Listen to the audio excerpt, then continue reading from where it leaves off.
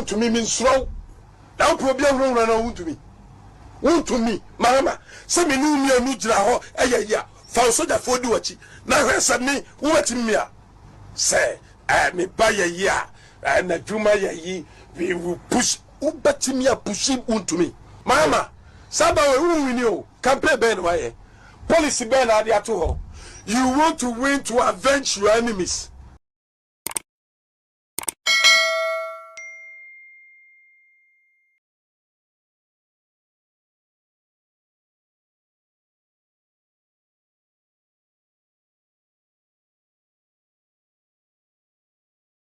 Adene John Mahama ni lance minister ajiga chama Wontum lance se fini nsem nka sem tren people Ghana enya chama Wontum dia abusu aba she video ma me Ghana chama Wontum nya ne dia ye prankrofo na momoso ne yensuo ne yensa ase ne ye forest ase ya chama Wontum ye ndom 1 because na abai na wo power it no soldier no police and as our site bi sense oni nsase a ubetimi abawo obi organ ha bia nim eti say na nyame cha de lance minister agene lances akontamines lances e from nsema ya te say ni pa ye from no say ohini bo say wan eti work kan nsem bi has realized Chairman Wontum will become the next national chairman of the NPP.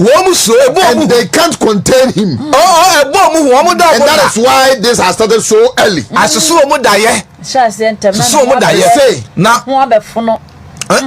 these WhatsApp platforms, baby, and command of Pelmudi, that Rambo style, young Kwachi Wontumi, young Mungren fee, young freezing account, young Kwasachini fee, young Musan send what is the source of his wealth near the day, na young fan tagging say, or a Galamsey campaign, so that John Mahama will have a space. So 120 what they want. 120% more direct attention. And the 120 civil society organizations are. John Mahama buy near my phone because some of course will memno. Timing can once about Munya Kodano. They are coming to get their voices back. Digi. Women never shall say I can say you. Now Wontum. I don't want to want some. Oh, they are papa must for me the containers no want some. Hey. And I know that Archbishop Nicholas Duncan Williams was say 4 years they and find 4 years into me. So what shall say?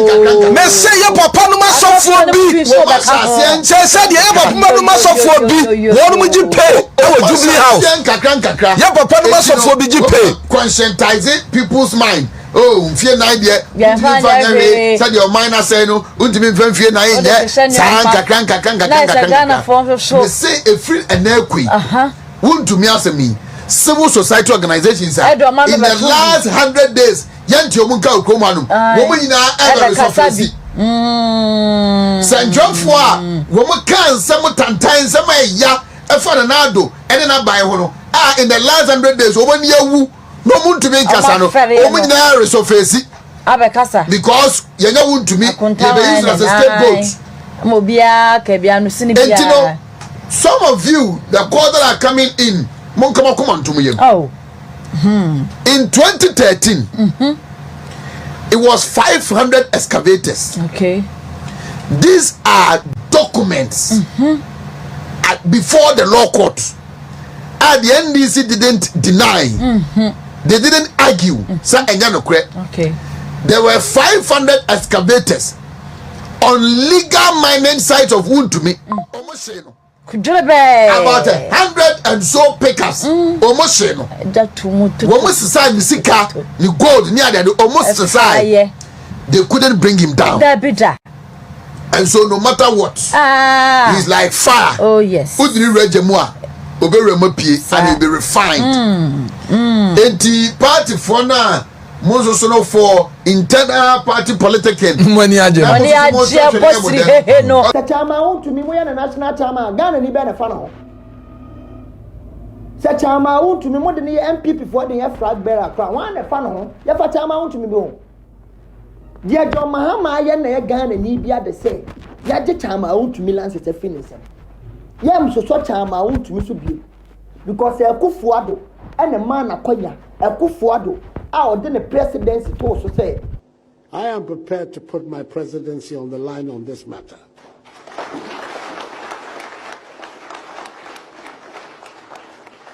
I've heard it being said that I should be careful. Many of these people voted for me, and if I continue this exercise, perhaps they will not vote for me again. If by the grace of God I'm in a position, my party allows me to go again, and I have the health and everything to go again, that I'll not get it again. And I'll say to myself, well, this is a choice that all of us have to make as human beings. You do what you think is right, or do you do what you think will allow you to get along? I think that you do what you think is right. That is what you're required to do. But on no certain no a different day, Chama want to me say a contaminants any illegal mining. Let me respond briefly to the chairperson on the issue of illegal mining.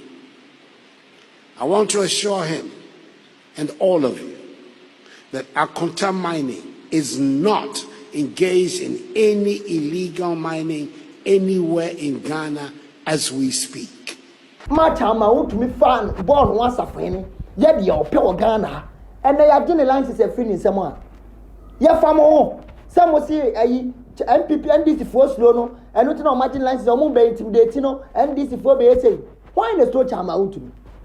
Na me cry am tie me so Chama want to me. Me slow no because I mean so seminar power to say Chama want to me am te so no a. I 2 million people for benya any man akonya man say so ni sas. Our tell radio to TV so can sembunu no power. Nya Chama want to me na deck Mahama. Some Mahama ntimi nya ne hu nya ne ta because we are illegal mining kula Mahama ntimi nya hu because our power our kingdom. Your likeness cannot determine my success in life. Your likeness or dislikeness cannot determine my success in life. Me to me. 2013, Ugu Majuma, you seized my 500 excavators, 400 pickups. Mahama, now Usro. Usro say, the other year meaning I know, still I mean, that's who hold me captaincy. Say, I'm still remain as a captain. No, like I said, me back on time mining. Me guru na matwaro ye. Na me akwa wu ya usuro me. Oya president okra na oba national security for no mo negotiate with me asan waba.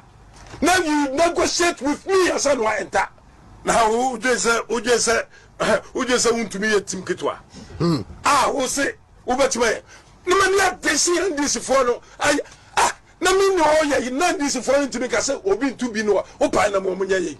Omo ya one me ya do me want me there obwa want to me mean slow now problem run want to me Mahama say me no me anu gira ho ya fa so da fo di wachi na hwesa me what me a say me buy ya na juma ya yi we will push ubati a pushing unto me now even illegal legal no what is the difference? The difference is a document. Yeah, the difference is a document. So as a veteran miner, so I don't know how to get document done. Minim kwaya first the year and krata. Sub mini bill. Now who renew? Mama, Saba who renew? Campaign ben way. Policy ben adiato. You want to win to avenge your enemies. Sari pele John Mahama se maba power. Men hwem ma won se so ni nsase. Ti ma je lines se free nsem. Ya self freeze account. Wo we onyan ko se wiki. Chama want to me metra want to me nye de bi ban. Want to me. Omla metra ni TV ni radio so nye de bi. Na we no ma wo se nkrofo bi. Omo sole a omo use manhia din. Na otumfo aso omo do manhia but omo ye MPP fo no omo de set agenda. Wa be video akika nsebunu bi. NDC for ya na mabodam and I don't blame anybody. Some kwasiafo no a omo to aba na mamo no omo de be blame o me say kan na etimi agina ho atena ho enyansafo akoma no atum ama mo ato abo ene hede ekoso. Look at the tariffs of electricity electricity bo due to that mom so mu hwia de ye levy 1% near the didn't feel they increase electricity by 14%. And so when you spend your electricity no and the ECG book can also the sumu. You can't such show also about my abua to Abama. Sadabesi. Yen yanum semu for no more semuno. And as a poor woman, Mohammed, the one is our boys, no MPP, communicators, no. They know what it is because they are learned and they were telling Omunyano Montafu be said to about when Yansemu Namajini, Muyamukrom, all the strongholds of the NEC, and Quasasamu, the strongholds of the NEC. What you cry now, Yemi? Now, you know, say, now go for me and more now. The strongholds of the NEC, nothing. So, going to develop a called Penen, MPP, Ababa, Abam, Ababa, yes, Adiana Momo. Look at any man on phone. We're going to be one hour, come across. Say, he was a Bonasuman and Trascos with Jimmy. And this in your shame, the problems, the real problems of the Republic of Ghana. As Uncle Savono and Tafoni be and Amravoni be. Her Opa Quaker in tell a video. Ne life.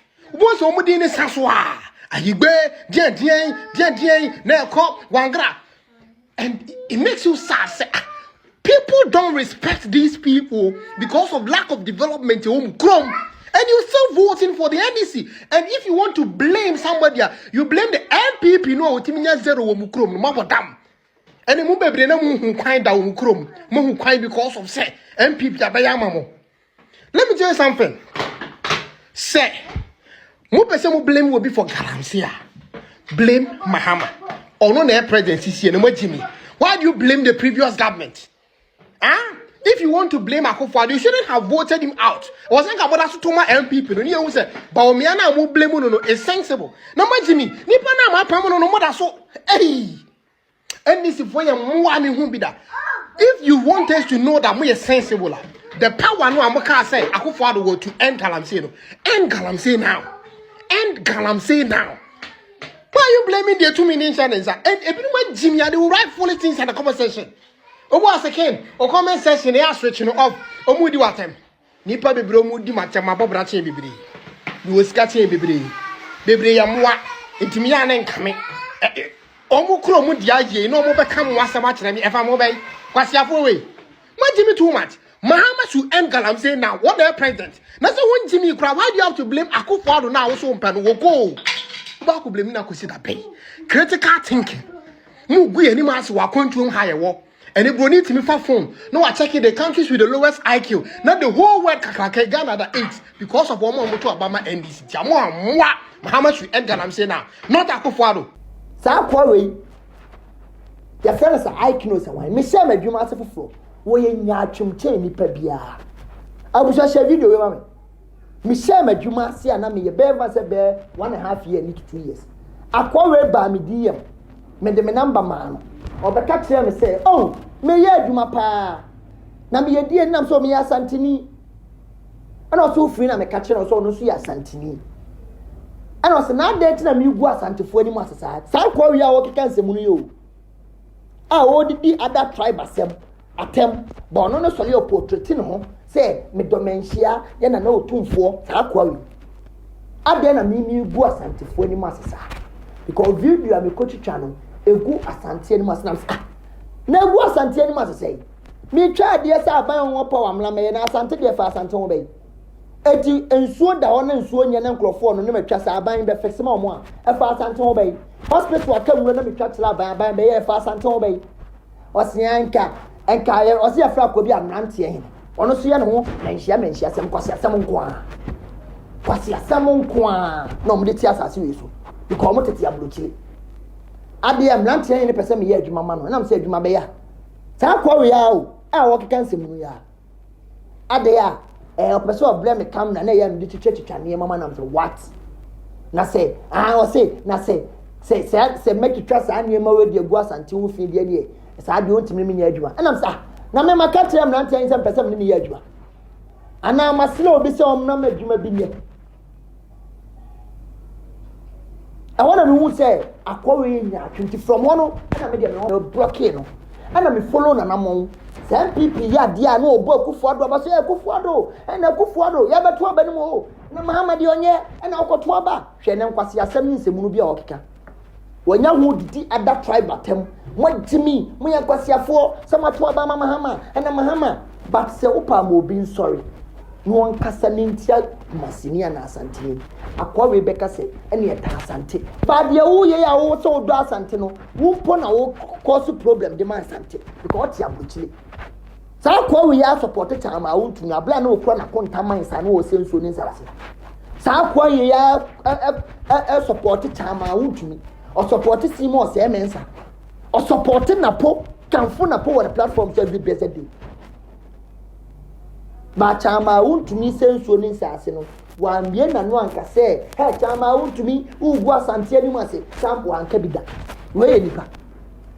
we ye nipa ono no sele otu opo ya asantini wo de gwagwa no wo so nya asantini nche me sha kwa meti yawo e bi kwa me asantini mapache ho ko mi mi ade wo trede na me ye ko kusa ma se me mo kwa broche mu nsem nim nyansa sense hunu a kika kire ye nuamo other tribes because mo to aba man DC na ye to aba man PP ya se ya asantefo e de mpuntuo na asa mo de apply chama Wontum a obetina radio so TV so yiyi gold tile ye no e de mpuntuo na omo de apply wa kaniama 5 for chama Wontum akufo ado man kwan se on sensuo ni sase no omo de ye mpuntuo mai ni kromo ofili bo somtwe e wona ofili e wona Simo se mense fili Simo se mense DMP for 12 good years chama Wontum di constituency chama for 8 years obedi national regional chairman for 8 years.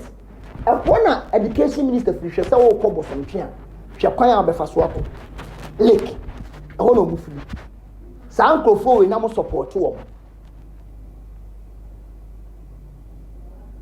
ena yade unua license afri ni nsem mo TV so mo MPP for e ka say rich hunting ena Mahama about tata nipa ena Mahama yesey Galamsey yes akonta mining any concession mpo ho any lawyer in fact hold on any lawyer in fact yes in fact omo apply for concession no but MPP aban na e woso na akonta mining omo di omani asa because e chairman Wontum die no MPP aban did not grant that if any license no to akonta mining they did not it is how kwache Galamsey yes e water no memory forest also na say uko suspended license akonta mining kura ewo Samra boy ho baby different forests what have you done then why so you see sa PR gimmicks and is how yenye niam bi na Ghana phone fee say ye bibi no a matter of time it will catch up with you me say so if you akonta mining na Galamsey a me kan che ye fa no court ye ka obi oboman a chama Wontum obi asam no wo man bi so anke atina bontu akuna chama Wontum ko onyi no man ho na fu ni ni bottom because our power chama Wontum people wo power dey na onye ne ya hu bi na me minim dey NTMPP for NDC for ayi slow John Mahama they were all fighting Galamsey wo no lance minister na me mpe o me mpe they were more fighting Galamsey no me mpe 120 days, remember 10 over 100. Mempe. O last minister no. Time I know opposition. Or but not TV so radio say after the government declared state of emergency. But the pause that genuinely must be for people who love this country and who understand like a state of emergency. Yes, we have to declare it. Declare a state of emergency and go back to the drawing table. We know what the problem is. You've had 79 days in office. Why haven't you declared state of emergency? We are treating the matter as an emergency matter. I've just told you. Now we are working on the clock 24 hours a day. The thing is that in a free society, even when there's crisis, you try to solve it without creating fear and panic. And that's what this government But it's not a national state of emergency. I think that's the claim in September, October, which I believe you agreed with, was that state of emergency should be declared in specific areas. I think we are. And you agreed to that? We are already doing it. You have not. No, no opportunity, no. One more. What's the same? What is the essence of this? Obia wo soldier, wo police. Uti me go school no be bia. Na so me say John Mahama ye me lance minister, make the 1 month stop Ghana, say the whole Ghana. Just 1 month, and no cry. Masa chubi bia wutu bia twem kwa mechi wotu. Emlekutuka. Lance minister Jinapo krai, Jinapo news na Jinapo se wano. Kasa me o the prison. Enyo no na ahwe no akọ se da mess no. no na ma contaminants kwa ma na yenso ni ensase ase the last minister Samuel Ojina court okodem me say 1 month ba mo de Galamsey no a nkrofo bi say nkrofo kidney na omunya sika nkoda dialysis so no ye ya na mo de adane politics how say ya obi license say rich hunting for what na kasi yen ka no klese chama wuntumi ni na me na boaye e na chama wuntumi MPP free power mi donya me say bedan bi a wutibia me say chama wuntumi say gold show no obitu a wunya no obetu pepepe no be the president of Ghana former president Yakufo-Addo Gina national television catch Ghana for nyina say akonta mines enye illegal mining bia but ye twa akonta mines so hu de wi na why ye twa akonta mine chile wo chama wuntumi site so hu de wi na wa say Ghana and SARS ye forest o ano Medase menua akonta mining ho sensem no enye na ne fiase efiase abanda badum precisely 2022 the kaipa say mini team ye documentary Distraction for Gold na edi ekopie atala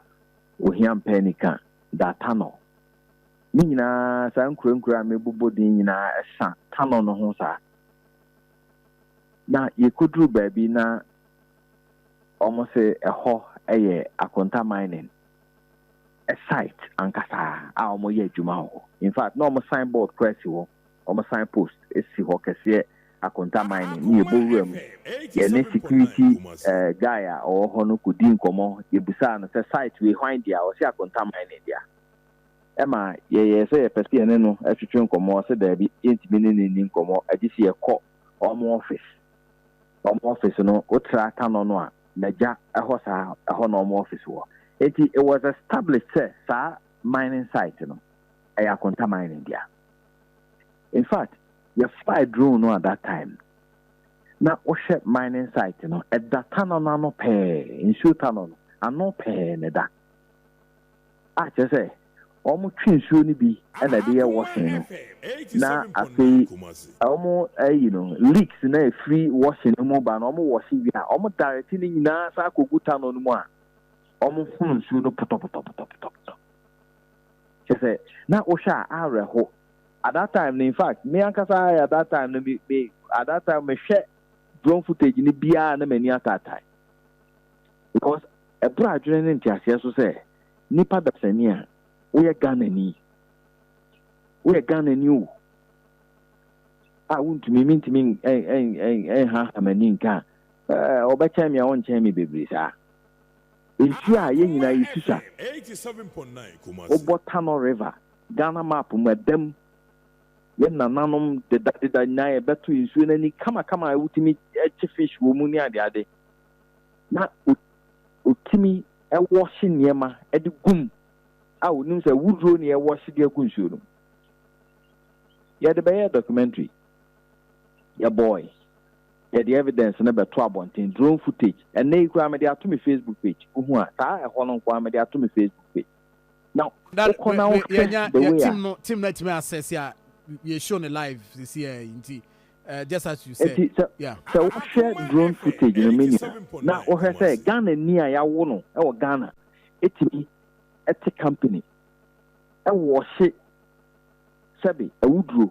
egu nsuom sane a wohu no wo ho no a obi anya ne hwe ya de betu dwa no at that time Akufo-Addo ne nkrofo obi anya ne hwe that documentary na mu Distraction for Gold no yinya ne ntie se forest reserve no atena ho adimfie bebre nua ni bi wo ho asi ho be 50 years papa no akonta mine ne company no bowram na mo de metro men kwekwetu abo ban ewo ekwan na no ache se akuafo kra ntimi mowram ade nyankopon adaroma yetimi fa akwan bi so bowram ko fly drone etwitwa evidence se akonta mine abowram mining illegal mining because no mo need to me krata bia obeka ya de sa enfoni ne ba abonten no then Lance Minister Abujinapo issue press statement copies wo ho sesia indicate say akonta mining bo a wabawura tano ni bremu no oni tumi krata bia e ma no ho kwan so bawura forest reserve. That's the then last minister. Yeah. The whole evidence beto ho ankosi. Fast forward. What not tano no ho. Yen yakwa interview Chinese for omo ehoro a good year nsu boni good tano no omo sa tano no ano e was samurai boy. Yen bi di nkomo me won video e wo ho. We are me post.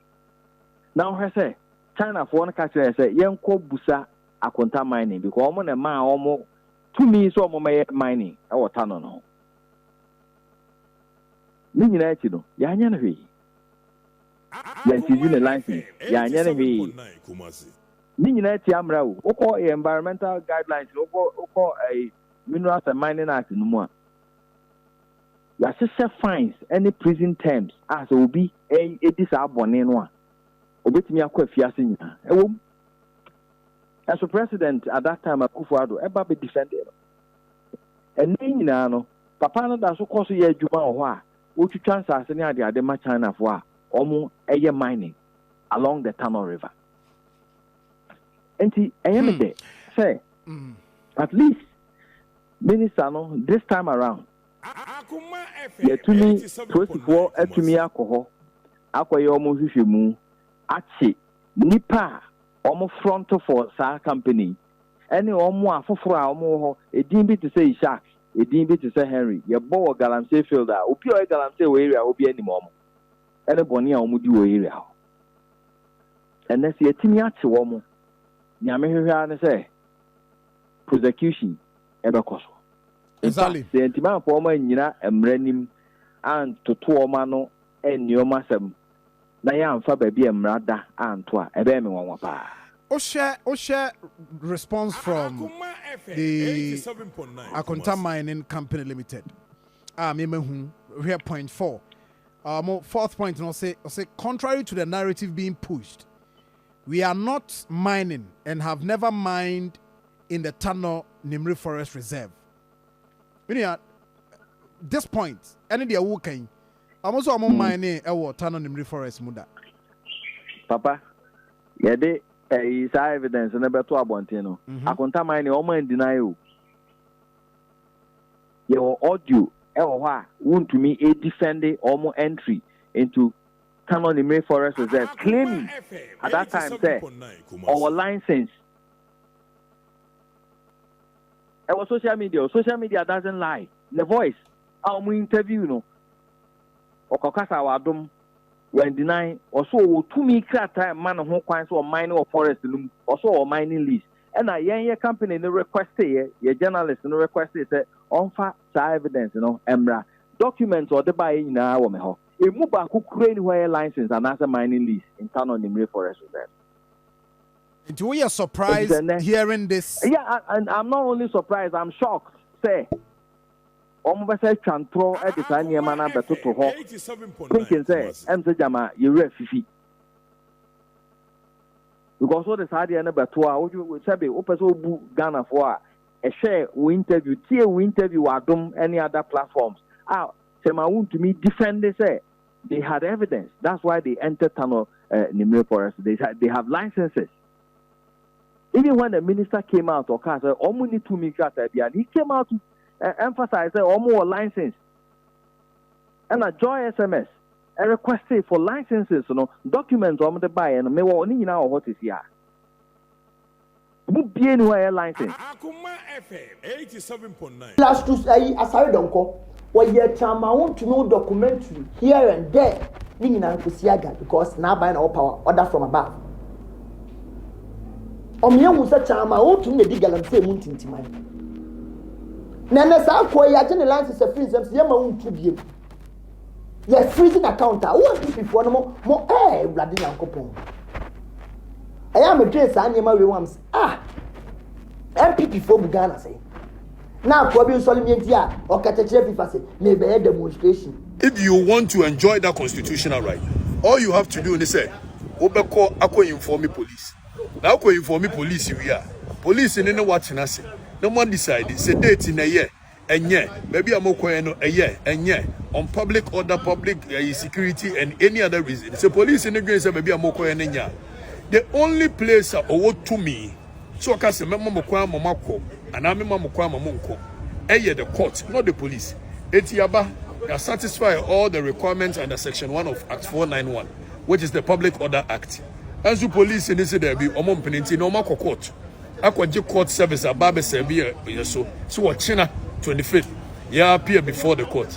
Empire ni a lawyer for the by mobile se muhu. Ya ni a lawyer for so beko court wo. Ni akọ no mako akodi nkomo. Na ya make sure say court in be me kwan. I'm a seat of government, baby, taking major decisions. To me, crow, mom, betim, they are stopping Galamsey. You know, when you now call Akodaho, a year and Nami and San. I'm making sure, say, government in be waking up. So, what that? It's Bibia Bayoke. Nipa Wabwa, Namia Duma, 3 days, you know. Would you come my airport in the and crunch a between a show, say, one way, and come hold me. Your court, China. The real court no said there be a yenu said in Como. Now the court on the Becca and the Bayajma. Court on the Maquazi on Codia 28 and Tasso de Yanantiboko are rehumu, ye soon, ye charge your jaw, ye court, ye ma a year or mine on penny for who said the Nano, ye Minister of Lands and Natural Resources were better in the shoe. One upon the swing, a simple news in Araba. Yen when he have former, ye free body, a Sankregua, body.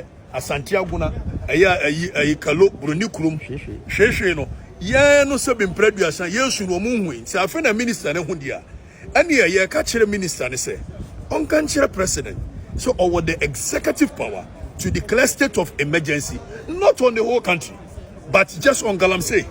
It is a woman pino o man pino se court no nhyɛ yesi yenya idea 28 ne yebeko why never what is doing oh obia. If it's a war, what one now usually say I'm far when I found body a dua and body in Rona cum, who did being cry. Would you also say Galamsey you two no watching, and see I'm far where far home. Boncola, no, I transfer almost a monko as Uncle Guanco, nursing, Uncle your teacher, Uncle your doctor, or call you ensure or no a far home. Sabre, what you're ensuring you treat Mamunia Munya Binumo. What you're ensuring and I know Galamsey ensure you say the same time, and no album a far home. Yes, when the last tree dies, the last man dies. And then we are able to show ozone layer depleting left, right, center. See, yes, the unfair one. Sabi, Quasiana say a similar so. The Becca says, sorry, so one can say sorry. So it's yet the fro be away gun any. We are PP new. We are this new. We are PPP. We are PNC. A do sure say yane and Chirimano Niamino no be amra. I have set that example. Time when member buying a year MPP are buying was 1 month to election. I did not care whether you be luso, you luso. Many of you are buying the Galamsey Bueni. If you do say ensure 7 months for the war, I don't care whether we lose political power or we don't lose it. It's the name of set out to not set example. Say a do Galamsey, we should do it a political and you would fear the probably join any demonstration. Pedas. So now in sa contaminate se tama out to the okatishe FIFA. A contaminate tama out to me unim se na ene dia. Sa tama ebe ka 2 weeks to election how time to kon no. Ada na wan kwa contaminate so. To kon na na say so near forest no 50%. Ada na wan ko utimi ko. And when you say, me, the bad demonstration, yes, when you say, yes, the banner would me yet the move from my say, yes, Antony. The banner would me organize a demonstration or Santa region. I've done people power. Sometimes also part no power. I am a boy, some dream, you may be a move, so cut a chef people say, you near Juno, Nasi, and near a young sound. Huh? I cook Mahama by just 3 months. There be a site ya na nkrofo abodom pem katel mate katel ene dissolving nyina ya said there bia mo free ni je Burkina MPP time 8 years no mutu ene Mahama asie ni nyina Mahama na ji obia license small scale miners obia almost as airline o se there no omo be cop parliament resume o sabe yefio etiano chesen kakra me kona o kono kono fast mami but why are dey cha ku forward the presidency to line sika ye say no Galamsey hu operation recover Galamsey o se dey drones a ekotoye yetimi di tua Ghana ni bia life bay for 5 years musa training na di wo se na wo ko Galamsey ene wo nya ho se me ko amagana o katache FIFA me be demonstration etia ban obi demonstration na yo ndie obi anu ni problem o but the eso katache FIFA hu ni say John Mahama ntie o katache FIFA fa mumai because onia John Mahama na ya de nesi no ompe etie nya bibi mu no fi but ni pa adwuma bie kosa chama untumi se nsuo ne nsase akontamanse ne dia obi anka huwa 3 months we be demonstration me musa se abla ye beto ba face the country for tigum raf vama wona nkofo achi omugum e de na okan o join ni omo aya mu nim se ni padwen ya na ase de metime tena se mdwom na ya mu nkofo mu nim se ni padwen ya na ase ya dwen of man na ase de ene wanya ho so obeye de demonstration and the demonstration church amount